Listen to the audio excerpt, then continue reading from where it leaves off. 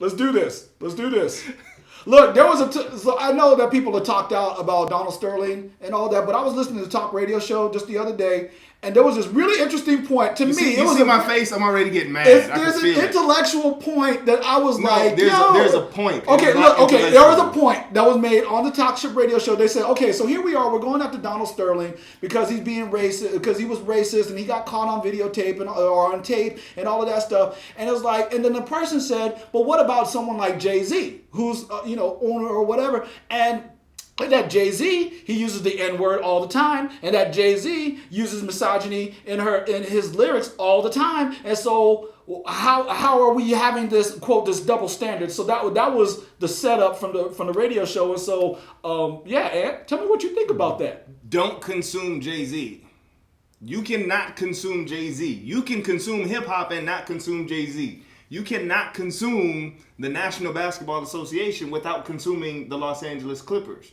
Furthermore, this whole idea of that it's process, or the fact that the tape is hidden, or the fact that this is his personal views, that means absolutely nothing in the grand scheme of things. The fact of the matter is the National Basketball Association profits on the dollars and the bodies and talents of a predominantly African American base. Point blank, period. That is not up for discussion, with the exception of the coaches and the front offices and the people in the front of the stands. Yeah. Basketball is black. Yeah. Right? It is black. It is something that African Americans have gravitated to since the 1970s, right? And I'll spare you the history of how basketball becomes a part of that legacy, right? And you got to start with New York and a lot of those places. But the point of the entire point of the thing is that you have commercial sponsors that are doing this. Yeah. Jay-Z is not necessarily selling sponsorship. He's not advertising for Kia. He's not advertising for State Farm. He's not advertising for all of these companies that are trying to tap into an African American fan base in order for him to sell.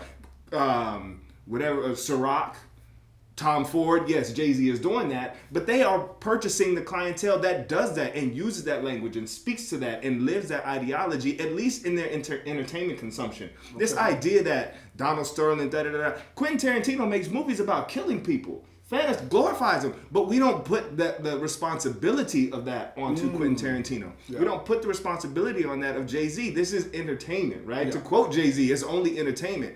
Yeah. Donald Sterling is not in the business of selling a movie theater or music or entertainment. Okay. He's in the business of putting on a basketball event. Yeah. He's in the business with 29 other people who said, we want diversity. Mm-hmm. We want other folks included. We want a diverse fan base. We want diverse players. We want diversity everywhere. Whether or not they do it, they want that. Yeah. So when you are caught on tape, on purpose or not, if you get caught, that's between you and your side chick. That's her fault. That's your fault. You got caught. Right. And so you can no longer be a part of this organization. Right. When you say something that goes blatantly against the core values of the league. And so, in summary, Jay-Z is an artist. Jay-Z is an artist. And we shouldn't hold an artist to any social standards, because that is actually what they're critiquing. We have to give them a big berth when it comes to something like that. Well, Donald Sterling is not an artist, and he's racist as hell. He got caught on tape. Suck it up. Sell the organization. That's what you got to do. And I don't feel sorry for you because you're about to make like $2 billion. And so, yeah, suck it up. Yeah, we good?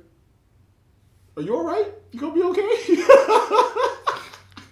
Why you do this to me?